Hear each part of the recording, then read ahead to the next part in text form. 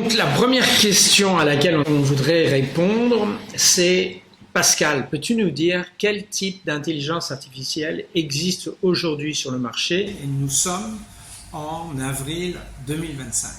Il existe des intelligences artificielles qui permettent de faire de la création vidéo, de la création graphique, de la programmation, de la musique et dans d'autres domaines également. D'accord. Comme, par exemple?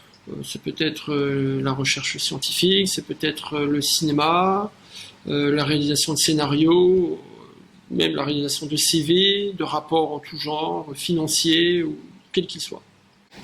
Très bien. Alors nous sommes toujours dans le domaine de l'intelligence artificielle et l'autre question que j'ai envie de poser à Pascal est qu'est-ce que l'intelligence artificielle ne peut pas faire fondamentalement? Alors déjà, l'intelligence artificielle ne peut pas fonctionner sans les données sur lesquelles elle travaille en permanence. Elle ne peut pas ressentir d'émotions humaines et pour le moment, elle ne peut pas improviser comme un être humain.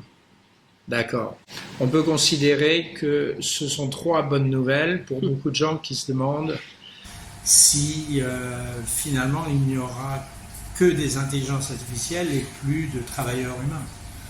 Et comment dire, le fait que l'intelligence artificielle ne puisse pas faire cela, c'est, je pense, une question de temps. Mais actuellement, ce qui est sûr, c'est qu'elle ne peut pas le faire. L'autre question qui nous a paru importante est celle-ci. Qu'est-ce que l'intelligence artificielle peut apporter aux organisations, aux entreprises, quelle que soit leur taille, petite, moyenne et bien sûr beaucoup plus grosse? Qu'est-ce que l'intelligence artificielle peut apporter? Elle peut automatiser des tâches répétitives dans une entreprise.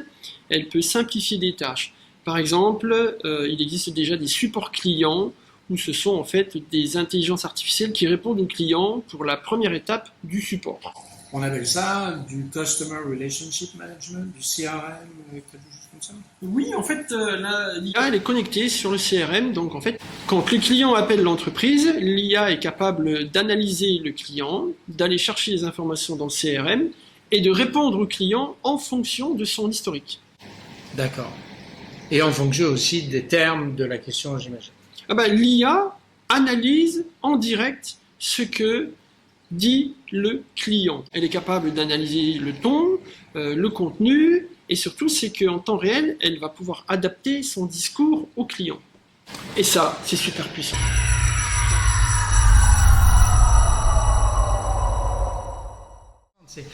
Pascal, quel est l'impact de l'intelligence artificielle sur le monde du travail? L'IA va générer des transformations petites et grandes. Certains métiers vont être transformés car la plupart de leurs tâches vont être remplacées donc par l'IA. Il va y avoir des métiers qui vont être complétés donc par l'IA, c'est-à-dire que l'utilisateur au quotidien travaillera avec l'IA comme étant un assistant. Et il y a, de nouveaux métiers qui vont être créés grâce à l'IA, et d'ailleurs des nouveaux métiers qui sont déjà en cours de création. Très bien.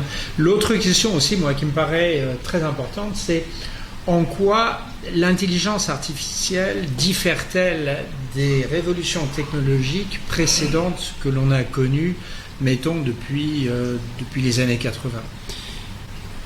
Oui, donc tu fais référence à ces révolutions, ces belles révolutions telles que l'arrivée de l'ordinateur personnel, l'Internet, le smartphone et maintenant l'IA. La grosse différence, c'est que il aura fallu 30 ans pour que l'ordinateur soit dans tous les foyers utilisé par tout le monde. L'Internet est arrivé donc dans les années 90 pour connecter le monde, pour connecter les gens. Le smartphone apporte cette possibilité donc d'avoir ces informations donc dans la main. Et donc l'IA arrive à un moment donné où tout le monde sait utiliser l'Internet, sait utiliser un ordi, sait utiliser un téléphone. Et donc l'adoption donc de l'IA par des centaines de millions de personnes s'est faite rapidement parce que les outils existaient et donc l'IA est en quelque sorte un nouveau jeu. Pour terminer cette série, il y a une autre question moi, qui me paraît très importante, c'est l'avenir du travail avec l'intelligence artificielle. Parce que beaucoup de gens se demandent si demain ils vont encore avoir leur emploi. De quelle façon est-ce que l'intelligence artificielle risque de véritablement révolutionner le monde du travail?